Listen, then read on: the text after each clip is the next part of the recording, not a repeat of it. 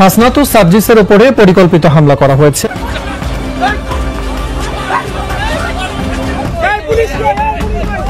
হাসনাত, সার্জিস, রাফি সহ টপ লেভেলের সমন্বয়ক যারা, তাদের বিরুদ্ধে পরিকল্পিত প্রোপাগান্ডা চলছে। ৭২-এর সংবিধানকে যারা ছুঁড়ে ফেলতে চায় তারা হলেন বেজন্মা, তাদের জন্মের ঠিক নাই, তারা জারস সন্তান।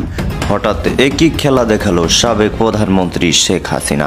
আমেরিকার চাপে ডক্টর ইউনূসের পদত্যাগের খবরে কাঁপছে বাংলাদেশের সোশ্যাল মিডিয়াগুলো। হঠাৎ আওয়ামী লীগের দেখা মিলল রাজপথে। আজকে তাদের দোসররা বলে যে ৭২কে সংবিধানকে ফেলে দিতে হবে। যারা সৃষ্টিকে, যারা জন্মকে অস্বীকার করে, আমি মনে করি তারা বেজন্মা, তাদের জন্মের কোনো ঠিকানা নাই। তিনি কথাগুলা বৈষম্য বিরোধী ছাত্র আন্দোলনের নেতাদেরকে উদ্দেশ্য করে বলছেন। ইভেন বলছেন তারা কাদের দোসর? জামাতের দোসর। বৈষম্য বিরোধী ছাত্র আন্দোলনের আহ্বায়ক হাসনাত আব্দুল্লাহকে গ্রেপ্তার করেছে সেনাবাহিনী। সেনাবাহিনীর হাতে সুপর্দ করা হয়েছে এবং সেনাবাহিনী এসে তাদেরকে নিয়ে যাচ্ছে। কিছু অ্যারেস্ট করা হয়েছে ইতিমধ্যে। এইভাবে এই নব্য গজিয়ে ওঠা কিসের বিপ্লবী? এটা কোনো বিপ্লবী না, এদেরকে আমরা প্রতিহত করব। পুলিশকে বলেছি, পুলিশ যদি ব্যবস্থা না নেয় তাহলে কিন্তু আমরা এদের বিরুদ্ধে ব্যবস্থা নিব। আগামী ২৪ ঘন্টার মধ্যে এই সরকারের বিরুদ্ধে আমরা আন্দোলন শুরু করব।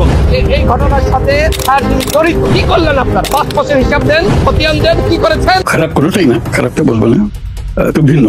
আগের ছিল আমার নিজস্ব জগৎ, সারা জীবন ধরে যা যা করে আসছি সেটার মধ্যেই ছিলাম, নিজস্ব আয়োজন, নিজস্ব চিন্তা। সেনা অভ্যুত্থানের পথে হাঁটতে চলেছে বাংলাদেশ। বাংলাদেশে মৌলবাদ মাথা চাড়া দিয়ে উঠছে প্রতিনিয়ত। এবার জেলের মধ্যেই আওয়ামী নেতাদের হত্যার নির্দেশ মৌলবাদীদের অঙ্গুলি হেলনে চলা ইউনূসের। এর ফলে নাজেহাল বাংলাদেশ সেনাবাহিনী।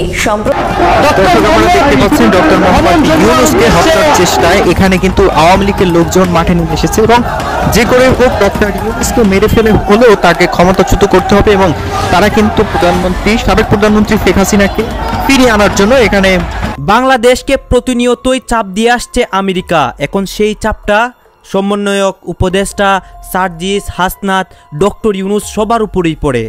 দর্শক শ্রোতা, আপনারা তো সবাই জানেন দেশের বর্তমান পরিস্থিতি। এই পরিস্থিতির মধ্যে সবাই কিন্তু রাজপথে নামে এবং তারা রাজপথে নেমে অনেককে গণধুলাইও করে।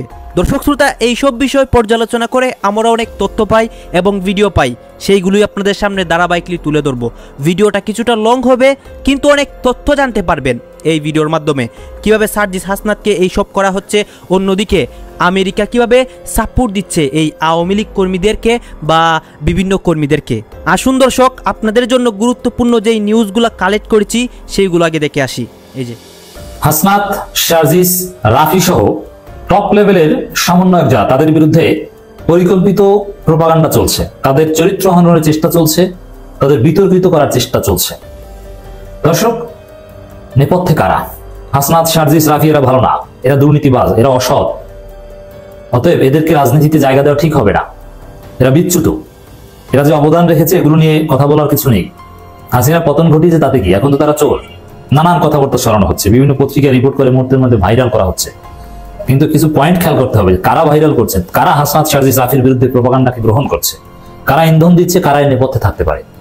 দর্শক, সহজ হিসাব, আওয়ামী লীগ এখন পালাতক। হ্যাঁ, আওয়ামী লীগের দোসররা কোথাও কোথাও আছে, তারা অত্যন্ত কোণঠাসা। কিন্তু আমি এখন বিশ্বাস করি আওয়ামী লীগ বারবার বিভিন্ন কু, আনসার বিদ্রোহ, অমুক্তম অনেক কিছু চেষ্টা করেছে, জুডিশিয়াল কু, কিন্তু কোনোটাই সফল হয়নি এবং সরকার ব্যবস্থা নিয়েছে। এখনো অল্প কিছু আওয়ামী দোসর বিভিন্ন জায়গায় যারা আছে, তারা মূলত এখন নিজের চাকরি বাঁচানোর জন্য পাগল। আওয়ামী লীগের গ্রেটার কোনো পারপাস সার্ভ করতে পারবেন এটা কেউই মনে করেন না, বা আওয়ামী লীগকে আবার ফিরিয়ে আনা সম্ভব এটা ভারতও মনে করে না। অতএব এই মুহূর্তে ষড়যন্ত্র, নাশকতা এগুলো করলে বিএনপি করবে, এটা স্বাভাবিক। কারণ বিএনপি সরকারের বিরুদ্ধে এখন, তারা দ্রুত নির্বাচন চায়, সরকারকে ব্যর্থ প্রমাণ করে ক্ষমতা আসতে চায়, ভোট কারচুপি করতে চায়। এবং আওয়ামী লীগ, ছাত্রলীগ তারা তো পলাতক, তারা হাসনাত, সার্জিস, রাফিদের হুমকি দিবে, তাদের চরিত্র হওয়ার চেষ্টা করবে। এই সক্ষমতা তাদের এখন আছে বলে আমি মনে করি না। এই সক্ষমতা এখন বিএনপির আছে। অতএব ওদের বিরুদ্ধে যে প্রপাগান্ডা বা চরিত্র হওয়ার চেষ্টা, এই নেপথ্যে বিএনপি বলে আমি বিশ্বাস করি। এই বিষয়ে আমাদের সতর্ক থাকতে হবে। দর্শক, নানান সময় নানান গুজব আপনারা দেখেছেন, তারই ধারাবাহিকতায় সমন্বয়ক রাফি বীর চট্টলা সিংহ পুরুষ, দেখতে ছোটখাটো কালো একটা ছেলে, কিন্তু এর যে সাহস, এর যে তেজদীপ্ত, জীবন বাজি রেখে এর যে অবদান, হাসিনা পতনের সময়ে জুলাই আগস্ট গণ বিপ্লবে আমি দেখেছি, আমি আলোচনা করেছি। যেহেতু সারা বাংলাদেশে যে কয়েকজন সমন্বয়ক আলোচিত কিংবা আগামী দিনের রাজনীতিতে সম্ভাবনাময়ী, তুমুল সাহসী, বেপরোয়া, রেকলেস, এই বেপরোয়া বলতে অন্যায়ের বিরুদ্ধে বেপরোয়া, জালেমদের বিরুদ্ধে বেপরোয়া, তাদের মধ্যে ঢাকার বাইরে যত সমন্বয়ক আছে তাদের মধ্যে সম্ভবত সবচেয়ে গুরুত্বপূর্ণ আলোচিত রাফি। এই রাফিকে এবার বিতর্কিত করার প্রজেক্ট হাতে নিয়েছে শিক্ষার্থীদের বিরুদ্ধে শক্তি, এবং শিক্ষার্থীদের বিরুদ্ধে শক্তি পৃষ্ঠপোষক বা এখানে বিএনপি থাকতে পারে বলে আমার ঠিক। ডেইলি বাংলাদেশ নামের একটা পোর্টাল, আপনি যদি এদের লোগো দেখেন বা এদের সম্পর্কে ডিটেলস খোঁজ নেন, এরা কারা, ডেইলি বাংলাদেশ কারা? এই ডেইলি বাংলাদেশ হচ্ছে ডিজিএফআই পত্রিকা, সেনাবাহিনীর একটা উইং, যদিও বর্তমান সেনাবাহিনী না, আর ডিজিএফআই সেনাবাহিনীর কোনো সংস্থা না, এটা প্রধানমন্ত্রী কার্যালয় ছিল, কিন্তু সেনাবাহিনীর লোকজনই এটা চালায়, সেনা অফিসারদের এখানে দায়িত্ব দেওয়া হয়।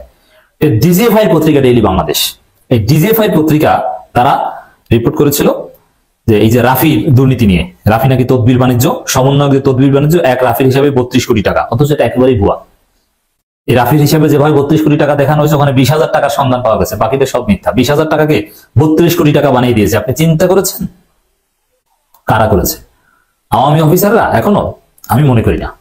আওয়ামী লীগের লাভ কি এই সমন্বয়কদের ডিমোরালাইজ করে? আওয়ামী লীগ তো আর প্রতিদ্বন্দ্বিতা করতে পারবে না, আওয়ামী লীগ তো এদের বিরুদ্ধে দাঁড়ানোর সুযোগ পাচ্ছে না। অতএব এ নেপথ্যে আমি মনে করি বিএনপি, এবং বিএনপি যে নেপথ্যে এই 32 কোটি টাকার প্রপাগান্ডা বা মানহানি করার নেপথ্যে, তার প্রমাণ হচ্ছে ছাত্রদলের লোকজন এটা বিশ্বাস করে। ছাত্রদলের বেশ কয়েকজন কেন্দ্রীয় নেতাকে আমি দেখেছি, তারা এই নিউজ শেয়ার করেছে এবং বলছে যে এটা সত্য হতে পারে। শুধু রাফি না, ওদের বিরুদ্ধে আছে, ওদের চরিত্র এমনই, এবং ওরা এগুলো প্রচার করতে দেয় না। এমনকি এই পত্রিকা যে ক্ষমা চেয়েছে, সেখানেও ছাত্রদলের কেন্দ্রীয় নেতারা ব্যাখ্যা দিচ্ছে যে সমন্বয়কটা চাপ দিয়ে এই নিউজ প্রত্যাহার করাতে বাধ্য হয়েছে, এরকম কথাবার্তা বলছে। অতএব এগুলোর নেপথ্যে যে বিএনপি, এটা স্পষ্ট বোঝা যায়। সংবাদের তথ্য ভুল থাকায় দুঃখ প্রকাশ। বহুল প্রচারিত অনলাইন সংবাদ মাধ্যম ডেইলি বাংলাদেশে সমন্বয়কদের তদবির বাণিজ্য, এক রাফির হিসাবে 32 কোটি টাকা শিরোনামে প্রকাশিত সংবাদের তথ্যটি মিথ্যা হয়, সংবাদটি বন্ধ করা হয়েছে। শুধু বন্ধ করলে হবে না, রাফির মতো বীর মুক্তিযোদ্ধার যে মানহানি হয়েছে তার ক্ষতিপূরণ দিতে হবে, ওই সাংবাদিকদের বিরুদ্ধে আইনি ব্যবস্থা নিতে হবে, পত্রিকার বিরুদ্ধে ব্যবস্থা নিতে হবে। আমাদের নিজস্ব প্রতিবেদকদের হাতে তথ্যে প্রাথমিক সংবাদটি প্রকাশ করলেও পরবর্তীতে এ নিয়ে যাচাই বাছাই করার পর তা মিথ্যা প্রতিমান হলে সম্পাদকীয় নীতি অনুযায়ী সংবাদটি বন্ধ করে দেওয়া হয়। 72-এর সংবিধানকে যারা ছুঁড়ে ফেলতে চা তারা হলেন বেজন্মা, তাদের জন্মের ঠিক নাই, তারা জারস সন্তান। বলেছেন কে? আমাদের পাপিয়া আপার জামাই হারুন দুলাভাই, যেই হারুন দুলাভাই শেখ হাসিনার 5 বছর সংসদ সদস্য ছিলেন। সংসদে বড় বড় কথা, গরম কথা, সুন্দর কথা হারুন ভাইয়ের মুখ থেকে শুনেছিলাম, কিন্তু আজকে যখন শুনলাম এই হারুন ভাই পাপিয়া আপার সাথে থাকতে থাকতে এমন গরম হয়েছেন, এরম উত্তপ্ত হয়েছেন যে উনি বলে ফেললেন 72-এর সংবিধান যারা চায় না তারা হলো বেজন্মা। 72-এর সংবিধান কার? শেখ মুজিবের। হারুন ভাই কার? জিয়াউর রহমানের। তাহলে জিয়াউর রহমানের হারুন ভাই কি করে শেখ মুজিবের সন্তান হলেন? এখানে হারুন ভাই বেজন্মা হয় কিনা প্রশ্নটা আপনাদের কাছে আমি রাখলাম। কারণ হারুন ভাই এই কথা বলতে পারে না বেজন্মা যারা 72-এর সংবিধান চায় না। কারণ এই 72-এর সংবিধান চায় না বলছে কে? আমাদের সকলের প্রিয়, সকলের পছন্দের মিডিয়া ব্যক্তিত্ব, যিনি নাকি এই সংগ্রাম আন্দোলনকে এগিয়ে নিয়েছেন, তিনি হলেন ডাক্তার পিনাকি ভট্টাচার্য। ডাক্তার পিনাকি ভট্টাচার্যকে বেজন্মা বলা হলো কি হলো না আপনাদের কাছে এটা তুলে ধরবো উনার একটু বক্তব্য শোনানোর মাঝখানে। আমি এখনই আপনাদেরকে রেকর্ডটা একটু শোনাচ্ছি যাতে করে উনার মুখ থেকে শুনে নেন, তারপরে আমি আলোচনাটা করছি। বলে যে 72-কে সংবিধানকে ফেলে দিতে হবে। যারা সৃষ্টিকে, যারা জন্মকে অস্বীকার করে, আমি মনে করি তারা বেজন্মা, তাদের জন্মের কোনো ঠিকানা নাই। সুতরাং এই বিষয়গুলো সম্পর্কে আমাদের সজাগ এবং সতর্ক থাকতে হবে। আমি আশা করি যে উনার মুখ থেকে ওই শব্দটা আপনারা শুনতে পেয়েছেন যে 72-এর সংবিধানকে যারা অস্বীকার করে তারা বেজন্মা। তাহলে সাংবাদিক ইলিয়াস হোসেন ভাই কি বেজন্মা? আর সাংবাদিক ইলিয়াস হোসেন ভাই যদি বেজন্মা হয়, মেজর ডালিমকে নিয়ে ইলিয়াস ভাই বিশ্ব রেকর্ড করেছেন ইউটিউবের মধ্যে। ইউটিউবের জন্ম লগ্ন থেকে এই পর্যন্ত এট এ টাইম 8 লক্ষ মানুষ কোন লাইভে যুক্ত হয় নাই, যেটা রেকর্ড ব্রেক করেছেন। ওনাকে ইউটিউব থেকে স্বাগত জানিয়েছেন, ওনাকে ইউটিউব থেকে স্পেশাল থ্যাঙ্কস জানিয়েছেন যে ইউটিউবের রেকর্ড ভঙ্গকারী হয়েছেন আমাদের সাংবাদিক ইলিয়াস হোসেন ভাই, যার নিজের চ্যানেলে এ পর্যন্ত 12-13 মিলিয়ন, যেটা 1.5 কোটি, 1 কোটি 1.5 কোটি একটি চ্যানেলই হয়েছে। আর সারা মিডিয়া জুড়ে আমরা যেটা প্রচার করেছি, এরই মধ্যে বাংলাদেশের এমন কোন সচেতন নাগরিক নাই, বাংলা ভাষার এমন কোন সচেতন নাগরিক নাই পৃথিবীর বিভিন্ন দেশে। এবং আমি তাও বলছি যে বিভিন্ন দেশের ভাষায় সেটা ট্রান্সলেট করে অলরেডি সেটা পৃথিবীর বিভিন্ন দেশ থেকে মানুষ দেখেছে, কারণ সেটার সাথে জড়িত আছে বাংলাদেশ নয়, শুধু পাকিস্তান জড়িত আছে, আমেরিকা জড়িত আছে, ভারত জড়িত আছে, রাশিয়া জড়িত আছে, কারণ বাংলাদেশের স্বাধীনতা যুদ্ধের সকল কাহিনী, গল্প মেজর ডালিম সেখানে নিয়ে এসেছেন। তাই সেই ইলিয়াস হোসেনকে বেজরমা বলা, হারুন সাহেব বা হারুন ভাই বা হারুন দুলাভাই। দর্শক বন্ধুরা, খেলা শুরু করে দিল পুলিশ। মানে পুলিশ তার আগের রূপে ফিরে আসতেছে একটু একটু করে। আপনারা উপরে স্ক্রিনে কিন্তু একটা ভিডিও দেখতে পাচ্ছেন। আমাদের বাংলাদেশের পুলিশ বাহিনী এতদিন যাবত মানে আপনার দুমড়ে মুচড়ে গেছিল একদম। মানে সোজা কথা যদি বলেন তাহলে সমন্বয়কারীরা কিংবা সাধারণ শিক্ষার্থীরা মানে এদেরকে মানে পুলিশ বলতে যে একটা প্রশাসন কিংবা একটা আইনি ব্যবস্থা আছে, আমরা বাংলাদেশের মানুষ কিন্তু প্রায় আপনার 3 থেকে 4 মাস অলমোস্ট মানে ভুলেই গেছিলাম। মানে পুলিশ বলতে কোনো শব্দ আছে কিনা বা পুলিশ যে বা তার প্রতি একটা ভয় আছে কিনা সেটা আমরা কি টোটালি ভুলেই গেছিলাম। কিন্তু আস্তে আস্তে এই পুলিশের প্রত্যেকটা বিষয় কি পুনরায় ফিরে আসতেছে। আশা দরকার আছে। এখন শুনেন, আমি আপনাদের উদ্দেশ্যে একটা ইম্পর্টেন্ট ভিডিও দেখাতে চাই, তারপরে বাকি কথা বলতে চাই। এই পড়াটাকে দেখেন, আমি ভাই ছোট্ট করে কিছু কথা বলি। হ্যাঁ, সেটা হচ্ছে আপনার প্রথমত বাংলাদেশে বর্তমান যাই কিছু মানে ঘটুক না কেন সবকিছুই কি ঘটাচ্ছে আওয়ামী লীগ। মানে এই শব্দটা কিন্তু আমরা এখন পর্যন্ত উচ্চারণ করতেছি, এখন পর্যন্ত ইনস্ট্যান্ট, এখন পর্যন্ত। কিভাবে? আপনার শুরুতে কিন্তু আপনাদের পুলিশের একটা ফুটেজ দেখাইছি, কেমন যে পুলিশ তার আগের রূপে ফিরে আসছে। মানে আগের রূপে বলতে কি, মানে পুলিশকে আপনার রাষ্ট্র যে দায়িত্ব দেওয়া হয়েছে সেই দায়িত্বেতে তিনি ফিরে আসছে।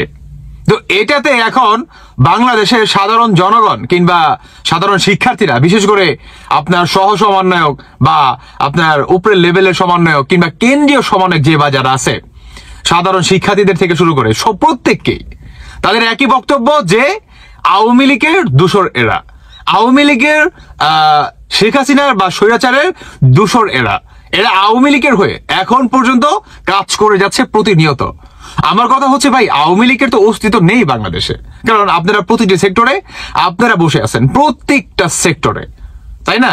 আপনারা পুলিশ প্রশাসনকে তাদের ক্ষমতায় আসতে দিচ্ছেন না। মানে আপনারা সমস্ত কিছু ট্যাগেল নিচ্ছেন আপনারা। মানে আপনার ডিআইজির সাথে মিটিং করতে যাচ্ছেন, ওসির সাথে আপনারা মিটিং করতে যাচ্ছেন, কোন থানায় কোন ওসি থাকবে কিংবা কোন জেলায় কোন ডিআইজি থাকবে কি থাকবে না, মানে একদম ক থেকে চন্দ্রবিন্দু চান অব্দি সম্পূর্ণ ডিসিশন কিংবা ট্রান্সফার থেকে শুরু করে সবকিছু আপনাদের হাতে কিংবা আপনারা নিয়ন্ত্রণ চালাচ্ছেন। তাহলে আজকে যে ঘটনাটি ঘটলো কিংবা পুলিশ যে আপনাদেরকে এইভাবে করলো, শায়েস্তা করলো, এটার জন্য কোন অ্যাঙ্গেলে আওয়ামী লীগ দায়ী কিংবা শেখ হাসিনা দায়ী কিংবা এটা শেখ হাসিনা ঘটাইছে বলেন তো?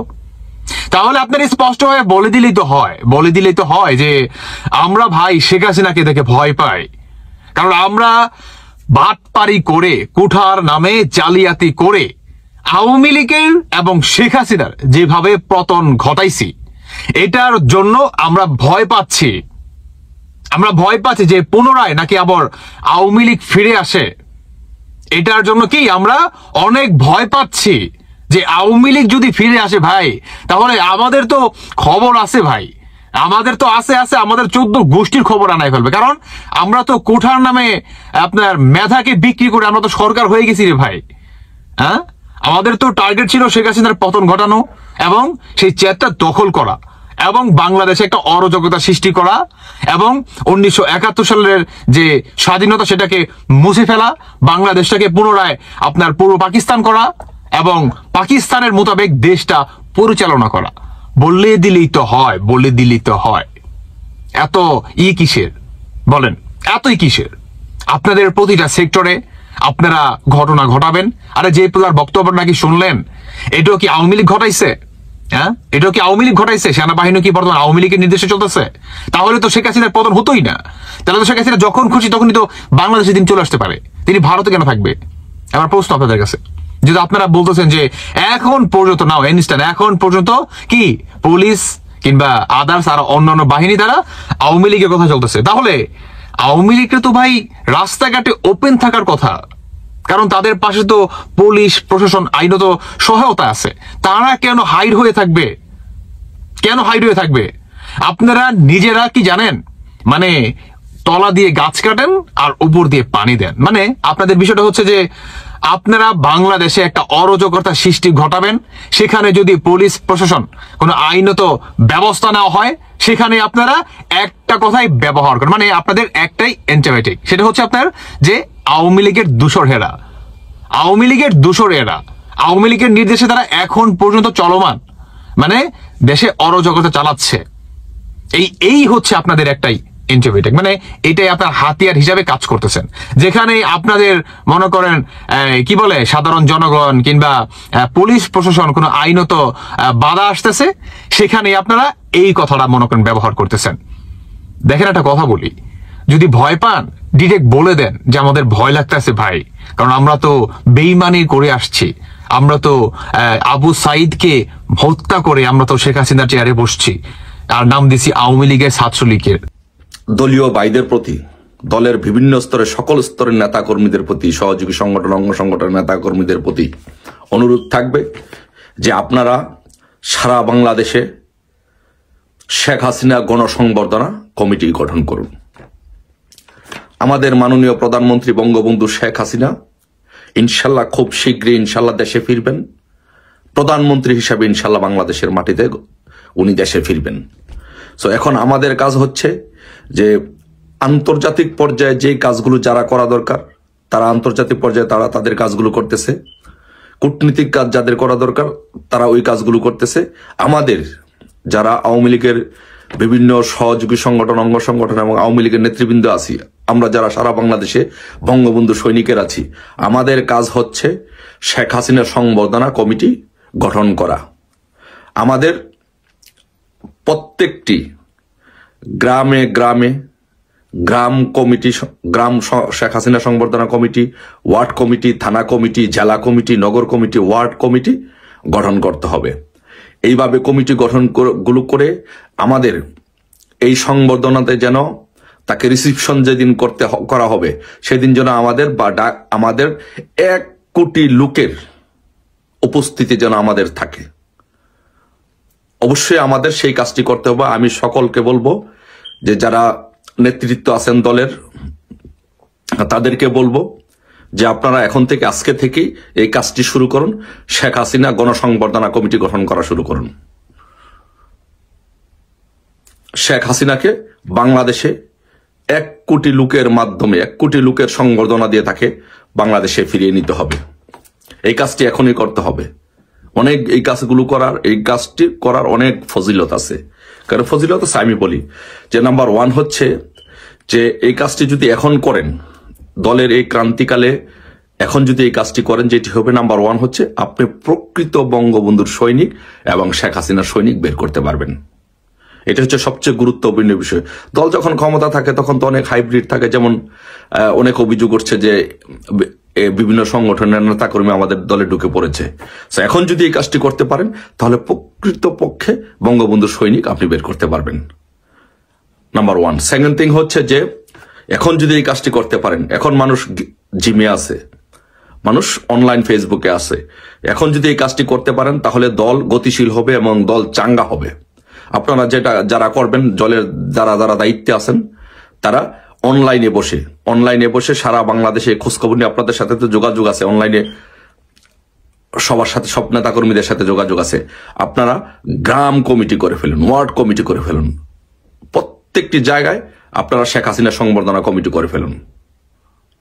শেখ হাসিনা সংবর্ধনা কমিটি করে আপনারা প্রস্তুতি নিয়ে রাখুন। 26শে মার্চের আগে আমাদের প্রস্তুতি নিয়ে রাখতে হবে। 1 মাসের ভিতরে, এই 1 মাসের ভিতরে আমাদের কমিটি করে একদম রেডি করতে হবে। 26শে মার্চের আগে আমাদের ফাইনাল প্রস্তুতি নিয়ে রাখতে হবে। সো এখনই আপনারা এই কাজটি করবেন, যে দলকে চাঙ্গা করার জন্য, গতিশীল করার জন্য এবং শেখ হাসিনাকে সংবর্ধনা দেওয়ার জন্য 1 কোটি লোকের যত সমাবেশ হয় সেইভাবে আপনারা কমিটিগুলো গঠন করতে থাকেন। আর কমিটি এখন অবশ্যই কমিটি গঠন করতে হবে। বিভিন্ন জায়গায়, অনেক জায়গায় আছে, বিভিন্ন জায়গায় দীর্ঘদিন যাবৎ অনেকে আসে, রাজনীতি করার ফলেও কমিটিতে আসতে পারে নাই। অনেকের ত্যাগ আছে, তিতিক আছে, প্রকৃত বঙ্গবন্ধুর সৈনিক, এদেরকে দিয়ে এখন কমিটি গঠন করে ফেলতে হবে। টকবগে তরুণদেরকে নিয়ে কমিটি গঠন করতে হবে। ছাত্রলীগ ভাইদেরকে বলবো, তোমরা আমাদের ভাই, তোমাদের কোনো সমালোচনা করব না, তোমরা কমিটি করে ফেলো। কারণ বিভিন্ন জায়গায় 15 বছর 20 বছর হয়ে গেছে, কোনো কমিটি হয় নাই, কোনো নতুন কোনো নেতৃত্ব তৈরি হয় নাই। অনেক টকবগে তরুণ আছে শেখ হাসিনার জন্য জীবন দিতে চায়, শেখ হাসিনার জন্য রক্ত দিতে চায়, কিন্তু তারা সুযোগ পাচ্ছে না, তারা কমিটিতে অন্তর্ভুক্ত হতে পারছে না, তারা তাদের পারফরমেন্স শো করতে পারছে না, তারা যে রক্ত দিবে সেই রক্ত দেওয়ার সুযোগটুকু পাচ্ছে না। তাই তোমাদেরকে বলবো, ছাত্রদেরকে বলবো, তরুণ টকবগে নেতৃত্ব দিয়ে, ইয়াং ছেলেবেলেদেরকে দিয়ে তোমরা সারা বাংলাদেশের সবগুলো কমিটিগুলো গঠন করে ফেলো। কারণ এগুলো দিয়ে যারা বয়স হয়ে গেছে, বয়সের বারে যারা নতজানু, তাদেরকে দিয়ে এই আন্দোলন হবে না। আমাদের বিরুদ্ধে আন্দোলন কারা করেছিল? ছাত্ররা, টকবগে ছাত্ররা রক্ত দিয়েছিল। এইরকম আমাদেরকে এরকম টকবগে তরুণদেরকে নিয়ে, অল্প বয়সের তরুণদেরকে নিয়ে নতুন কমিটি গঠন করতে হবে। অবশ্যই এটা করতে হবে। কেন করতে হবে? আমি 30 সেকেন্ডের একটা উদাহরণ দিয়ে বলছি। আমি এক ছেলেকে বললাম, ছাত্রলীগের এক নেতাকে, দায়িত্বশীল নেতাকে বললাম যে তোমরা আগামীকালকে এই প্রোগ্রামটা করাটা উচিত। তো সে বলতেছে যে ভাই, আমার তো বাচ্চা আছে, কালকে বাচ্চাকে সকালে স্কুলে নিতে হবে, আমি কিভাবে করবো ভাই?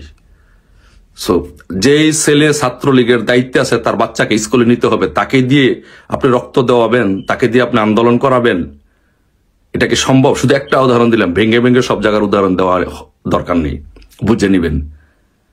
সে তার বাচ্চাকে ভালোবাসে, সে তার বাচ্চার জন্য জীবন দিতে রাজি আছে, কিন্তু শেখ হাসিনার জন্য তো সে জীবন দিবে না। এখন তার ভালোবাসা তার বাচ্চার প্রতি চলে গেছে।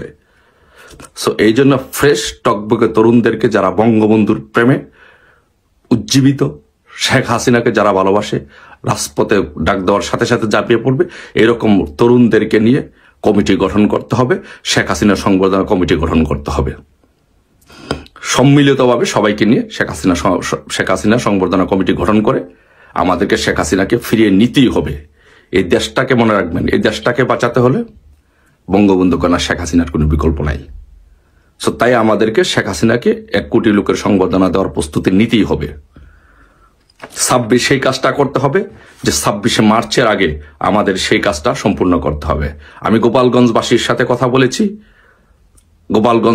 গোপালগঞ্জে 13 লক্ষ ভোটার আছে।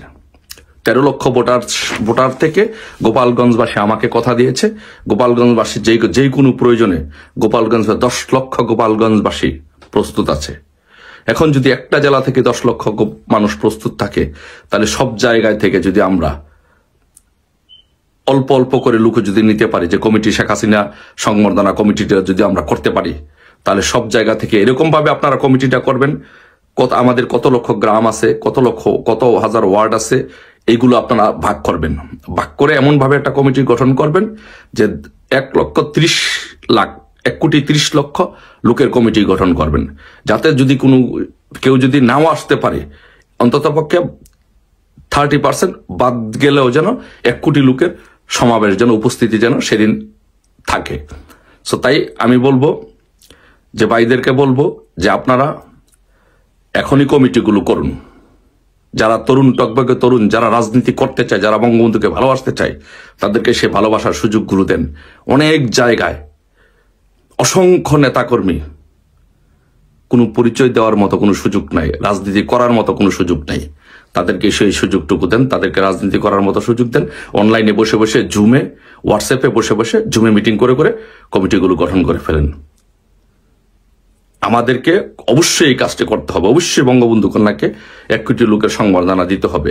নয়তো পৃথিবীর কেউ কিন্তু একটি কথা মনে রাখবেন, বিমান দিয়ে এনে কিন্তু কেউ বাংলাদেশে প্রধানমন্ত্রী এনে দিয়ে যেতে পারবে না। আমাদেরকে রাজপথে অবস্থান নিতে হবে, আমাদেরকে মাঠে অবস্থান নিতে হবে, আমাদেরকে মাঠে শক্তি প্রদর্শন করতে হবে, আমাদেরকে মাঠে রক্ত জড়াতে হবে, আমাদেরকে রাজপথে রক্ত জড়াতে হবে। অন্য কেউ এই কাজটি করবে না। তাই আমি বলবো ছাত্রলীগ, যুবলীগ সহ যারা আছেন, স্বেচ্ছাসেবক লীগ, কিছু শ্রমিক লীগ, যুব মহিলা লীগ সহ সবাইকে অনুরোধ করব, আপনারা যার যার মতো করে আজকে থেকেই জুমে সম্মেলন করে বিভিন্ন জায়গায়, ওয়ার্ডে, ইউনিয়নে, থানায়, উপজেলায়, জেলায়, সব জায়গায় একটা রব তোলেন। শেখ হাসিনা 26 তারিখের আগে ইনশাল্লাহ শেখ হাসিনা বাংলাদেশে আসবে। আমরা সংবর্ধনা প্রস্তুতি কমিটি করতেছি।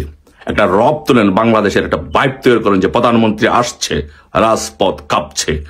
এবার ডক্টর ইউনূস সরকারকেও কঠিন বার্তা দিল শিক্ষার্থীরা কাউকে ছাড় দিবে না, অন্যায় যেই করুক। ডক্টর ইউনূস অন্যায় করলেও ছাড় দিচ্ছে না এবং বিএনপিকে তো ছাড় দিচ্ছেই না। দর্শক, বৈষম্যবিরোধী ছাত্র আন্দোলন, নাগরিক কমিটি এরা মাঠে নেমেছে। এরা এখন জনগণের কাছে যাচ্ছে, রাজপথের কর্মসূচি বাস্তবায়ন করছে এবং জনগণের কাছে গিয়ে ডক্টর ইউনূস সরকারের বিরুদ্ধেও কথা বলছে। কোনো ছাড় নেই। ফরিদপুরে হাসনাত আব্দুল্লাহ বলেছেন, সিন্ডিকেটের হাত বদল হয়েছে বলার জন্য আপনাদের ক্ষমতায় বসানো হয়নি। এর মানে সিন্ডিকেট ভেঙে দিতে হবে। হাত বদল হলে সেই বদল হওয়া হাত ভেঙে দিতে হবে। আপনাকে সিন্ডিকেট ভাঙতে হবে। হাত বদল হয়েছে কথা বলে আপনার চুপ থাকবেন কেন? হাত বদল হয়েছে এটা তো স্বাভাবিক। অতএব সেই বদল হওয়া হাত আপনি কেন ভাঙতে পারছেন না? এখানে শিক্ষার্থীদের পক্ষ থেকে ডক্টর ইউনূস সরকারকে বলা হয়েছে, সিন্ডিকেট আগে ছিল আওয়ামী লীগের, তাফসীর করছি আমি, এখন হাত বদল হয়ে সিন্ডিকেট করছে বিএনপি, চাঁদাবাজি করছে বিএনপি। অতএব বিএনপিকে ধরুন, বিএনপি নেতা হোক আর যা হোক, তাকে ধরে তার সিন্ডিকেটের হাত ভেঙে দিন। আঙুল চুষছেন বিএনপি, তাতে কি? বিএনপিকে ভয় পান? থানাগুলো চালায় কেন বিএনপি? বিএনপির কথা কেন থানা চলবে? এটা হতে পারে না। তো দর্শক, হাসনাত আব্দুল্লাহ সেই কথা স্মরণ করিয়ে দিয়েছেন ডক্টর ইউনূস সরকারকে। এখানে আরেকটা বিষয় বোঝা যায় যে বিএনপির পক্ষ থেকে প্রচারণা চালানো হয় যে এই যে বৈষম্যবিরোধী ছাত্র আন্দোলন নাগরিক কমিটি, এরা যে নতুন দল করবে, এটা কিংস পার্টি হবে না। দেখেন, এই সরকার মারাত্মক বা একেবারেই পিওর এই সরকারের পতন চায়, এরকম জনগণের কোনো শক্তি এই মুহূর্তে থাকবে না, এটা স্বাভাবিক, কারণ এই সরকারকে সবাই বসিয়েছে। তবে কিছু কিছু কর্মকর্মে সমালোচনা করবে, এটাই তো স্বাভাবিক। এখন তার এই সরকারকে ফেলে দেওয়ার জন্য আন্দোলন করতে গিয়ে কোনো রাজনৈতিক দল গঠন হবে না। যেহেতু এই সরকারকে কেউ ফেলে দিতে চাইবে না, ফেলে দেওয়া উচিত নয়, এজন্যে দল যারাই করুক আপনার কাছে মনে হবে কিংস পার্টি, কারণ তারা তো এই সরকারের বিরুদ্ধে নয়। কারণ কিংস পার্টি তকমা দূর করার জন্য কি তারা এই সরকারকে ফেলে দেওয়ার চেষ্টা করবে? আপনি কি বোঝাতে চান? তবে সরকারের যৌক্তিক সমালোচনা বৈষম্যবিরোধী ছাত্র আন্দোলন করছে। এই যে চাঁদাবাজি, সিন্ডিকেট বন্ধ করতে পারছে না, বিএনপির লোকজন কিছু করতে পারছে, এজন্য সমালোচনা করছে। অতএব বৈষম্যবিরোধী ছাত্র আন্দোলন নাগরিক কমিটি যে দল গঠন করতে যাচ্ছে, এটা কোনো কিংস পার্টি নয়। বৈষম্যবিরোধী ছাত্র আন্দোলনের আহ্বায়ক হাসনাত আব্দুল্লাহ বলেছেন, বর্তমানে অন্তর্বর্তীকালীন সরকার বিভিন্ন সময়ে বলে সিন্ডিকেটের এক হাত বদলে আরেক হাতে গিয়েছে। আমরা আপনাদের বলতে চাই, সিন্ডিকেট বদলে যদি এক হাত থেকে আরেক হাতে যায়, এটা বলার জন্য আপনি সরকার হন নাই, বরং এই সিন্ডিকেট গুলো ভাঙার জন্য আপনাকে বসানো হয়েছে। মানে বিএনপির বিরুদ্ধে অ্যাকশনে যেতে হবে, কথা স্পষ্ট। ফরিদপুরে বৈষম্যবিরোধী ছাত্র আন্দোলনের উদ্যোগে যে সমাবেশ অনুষ্ঠিত হয়েছে, জনসংযোগ কর্মসূচি, সেখানে সমাপনী বক্তব্যে তিনি কথা বলেন। বৈষম্যবিরোধী ছাত্র আন্দোলন ফরিদপুর জেলা উদ্যোগে সরকারি রাজেন্দ্র কলেজ মাঠে ফেসিবাদ ব্যবস্থার সম্পূর্ণ বিলোপ, নতুন রাজনৈতিক বন্দোবস্ত বিনির্মাণ এবং প্রোক্লেমেশন অব জুলাই রেভলিউশনের জনআকাঙ্ক্ষা অন্তর্ভুক্তির লক্ষ্যে এই ছাত্র সমাবেশ আয়োজন করা হয়েছে। আওয়ামী লীগের দুর্গখ্যাত ফরিদপুরেও শিক্ষার্থীরা বিশাল সমাবেশ করতে পেরেছে। হাসনাত আব্দুল্লাহ বলেন, আমরা দেখেছি আমাদের পূর্ব প্রজন্মের যারা নেতৃত্বে রয়েছেন, তারা বিভাজনের রাজনীতির কারণে বছরের পর বছর ফেসিবাদ মুক্ত দেশ করতে পারেনি। তারা ব্যর্থ হয়েছেন। তারা যে জায়গায় ব্যর্থ হয়েছেন, ঠিক সেই জায়গাটিকে আমাদের তরুণ প্রজন্মকে হাল ধরতে হয়েছিল। এই নেতৃত্বের যে হাল আমরা ধরেছিলাম, পরবর্তী বাংলাদেশ পুনর্গঠনে আমাদের এই নেতৃত্বের হাল আমাদের শক্তভাবে ধরতে হবে। আগামী দিন দেশ চালাবে এই তরুণরা। তিনি বলেন 8 আগস্ট সরকার গঠন করার পর জানুয়ারি 2025 সালের 6 তারিখে বক্তব্য দিয়েছেন। তখন পর্যন্ত কিন্তু আমরা দৃশ্যমান একটি বিচারও দেখতে পাইনি। 2009 সালে পিলখানা হত্যাকাণ্ডের বিচারও হয়নি। দেখেন, কিংস পার্টি হলে সরকার এরকম সমালোচনা করে, সরকারের ব্যর্থতা নিয়ে কথা বলছে, জনসমাবেশে জনগণের কাছে বোঝাচ্ছে যে এই সরকার এটা পারেনি, এটা পারে নাই, আর আপনি বলছেন কিংস পার্টি। 2014 সালে শাপলা চত্বর হত্যাকাণ্ডের কোনো বিচার হয়নি, 13 সালের। গাইজ আপনারা তো দেখলেন এখানে কি কথা হচ্ছে। অনেকেই কিন্তু অনেক কথা বলতেছে রাজপথের মধ্যে কি হচ্ছে, সমন্বয়ক উপদেষ্টা তাদের বিরুদ্ধে সাধারণ মানুষরা কিভাবে কেঁপেছে, এবং অনেকের আলোচনা সমালোচনা দেখিয়েছি। দেশের বর্তমান পরিস্থিতি নিয়েও কিন্তু অনেক কথা হচ্ছে। আপনারা তো সবাই জানেন ভারত এবং বাংলাদেশের মধ্যে একটা ঝামেলা হচ্ছে। অন্যদিকে সাধারণ মানুষরা যে কোনো কিছু নিয়ে রাজপথে নামে, তারা তাদের মানে উদ্দেশ্যগুলো আদায় করার জন্য অনেক কিছুই করে, সরকারকে চাপ দেয়। অনেকে আবার ডক্টর ইউনূস, সার্জিস, হাসনাত, আরও যারা উপদেষ্টা রয়েছে সবাইকে সরাসরি কথা বলে। দর্শক শ্রোতা, এতক্ষণ আপনাদেরকে যা কিছু দেখিয়েছি সব কিছু কিন্তু আমরা সোশ্যাল মিডিয়া থেকে সংগ্রহ করেছি। এইখানে আমাদের নিজস্ব কোনো মন্তব্য নেই। এইসব দেখে আপনাদের কি মনে হচ্ছে এবং আপনাদের মন্তব্য কি, এটা কিন্তু আপনারা অবশ্যই কমেন্ট বক্সে লিখে যাবেন। এবং আপনাদের কাছে আমার রিকোয়েস্ট থাকবে আমার চ্যানেলটি সাবস্ক্রাইব করবেন এবং পাশে থাকা বেল আইকনটি অবশ্যই বাজিয়ে যাবেন, যাতে করে নেক্সট ভিডিওটা সবার আগে আপনাদের কাছে পৌঁছায়। ধন্যবাদ।